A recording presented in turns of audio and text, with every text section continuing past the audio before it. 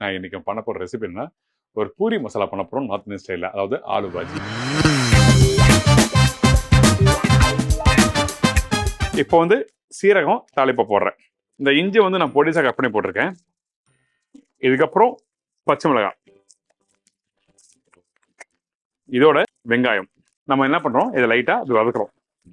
இதுக்கப்புறம் கட் பண்ணி வச்சிருக்கேன் இந்த தக்காளியை நம்ம போடுறோம். கொஞ்சம் மசாலா தூளும் போடுறோம்.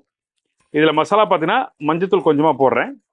இதுக்கப்புறம் மிளகாய் தூள், வேற எதுவுமே இல்லை. இந்த மசாலா வந்து இந்த எண்ணெயிலே போட்டு ரெண்டு லைட்டா பரட்டினீங்கன்னா உங்களுக்கு அந்த கலர் வந்து நல்லா என்ஹான்ஸ் கொடுக்கும். இதான் விஷயம். இதுக்கப்புறம் கொஞ்சமா தண்ணி ஊத்துறேன், கொஞ்சம் உப்பு, இதுக்கப்புறம் கொஞ்சம் கொத்தமல்லி, அவ்வளவுதான்.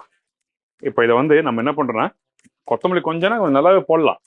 அந்த கொத்தமல்லி அந்த தக்காளி சேர்ந்து சாப்பிடும்போது ரொம்ப நல்லா இருக்கும். இப்போ இந்த மசாலா நல்லா கொதிச்சு வருது பாத்தீங்களா? இந்த இடத்துல நான் என்ன பண்றேன், இந்த உருளைக்கிழங்கு இப்படி லைட்டா உதிரியா போடணும். அப்பதான் நீங்க வீட்டுல பண்ணும்போது அந்த உருளைக்கிழங்கும் வந்து நல்லா மசிஞ்சு அந்த மசாலா சேரும். தண்ணி ஊத்திட்டு இதை அப்படியே ஒரு 2 நிமிஷம் கொதிக்க வரும்.